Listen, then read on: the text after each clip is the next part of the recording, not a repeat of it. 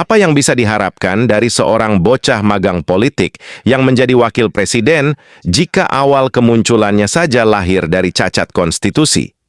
Legitimasi politiknya bukan karena kualitas, melainkan rekayasa hukum demi membuka jalan dinasti.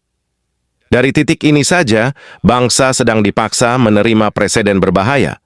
Kekuasaan bisa diwariskan, bukan diperjuangkan dengan kapasitas dan karya. Dari sisi public speaking, alat paling dasar seorang pemimpin untuk menyampaikan visi, gagasan, dan arah kebijakan, orang ini belum menunjukkan kelas yang layak. Wibawa seorang pemimpin diukur dari kejernihan pikirannya dan kemampuan merangkai kata. Jika berbicara saja kerap tersendat, terbata, atau keluar dari konteks, bagaimana bisa memimpin perdebatan, menyampaikan diplomasi, atau meyakinkan publik di forum internasional? Wawasan kebangsaan pun tampak minim.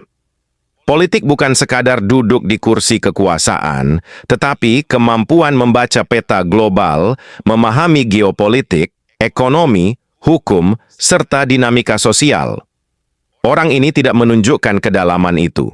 Bahasa asing pun diragukan, padahal wakil presiden dituntut mampu menjembatani komunikasi dengan dunia luar. Soal pendidikan, riwayat akademiknya pun masih diselimuti tanda tanya. Di era global, pemimpin dituntut berpengetahuan luas, berpikir kritis, dan menguasai ilmu lintas bidang. Tanpa fondasi intelektual yang kuat, kepemimpinan rentan sekadar menjadi simbol tanpa arah. Dan yang paling krusial, usia muda tanpa pengalaman yang memadai bukan otomatis kekuatan. Politik bukan sekadar energi, tapi kebijaksanaan yang ditempa dari perjalanan panjang.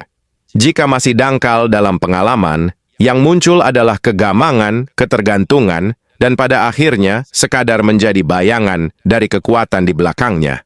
Dengan semua itu, wajar publik merasa khawatir. Bangsa ini terlalu besar untuk dipertaruhkan pada kepemimpinan yang lahir dari dinasti, minim kapasitas, dan dangkal pengalaman. Pemimpin sejati bukan sekadar berani tampil, tetapi harus mampu memikul beban sejarah dan menjawab tantangan zaman dengan integritas, kecerdasan, dan keberanian yang matang. Kesimpulannya, kehadiran sebagai wakil presiden lebih merefleksikan kemenangan dinasti politik daripada kemenangan kapasitas. Jika seseorang menduduki jabatan tinggi negara dengan menabrak konstitusi, minim pengalaman, kemampuan komunikasi yang lemah, wawasan sempit, pendidikan yang diragukan, serta kesiapan yang belum matang, maka yang terancam bukan hanya kualitas kepemimpinannya, tetapi juga masa depan bangsa. Negara sebesar Indonesia tidak boleh dipimpin dengan modal nama keluarga atau posisi turunan. Kepemimpinan adalah soal kapasitas, integritas, dan kebijaksanaan. Menggantungkan harapan pada figur yang lahir dari rekayasa politik, tanpa pondasi matang, sama dengan menggadaikan akal sehat rakyat.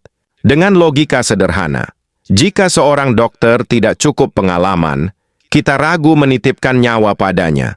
Jika seorang pilot baru belajar terbang, kita tak mungkin menyerahkan kendali pesawat penuh penumpang kepadanya. Maka, bagaimana mungkin bangsa 270 juta jiwa diserahkan pada pemimpin yang kapasitasnya masih diragukan? Nasihat untuk pendukungnya, mendukung pemimpin yang lahir dari rekayasa hukum dan minim kapasitas sama saja menjerumuskan bangsa ke jurang. Ingat, politik bukan warisan keluarga, tapi amanah besar. Jika kita ikut melanggengkan dinasti, berarti kita rela menggadaikan masa depan anak cucu. Agama pun mengingatkan, mendukung ketidakadilan adalah dosa. Maka tanyakan pada nurani, apakah kita mendukung demi bangsa atau demi kepentingan sesaat? Jangan sampai nama kita tercatat sebagai generasi yang menjual Indonesia hanya karena fanatisme yang buta.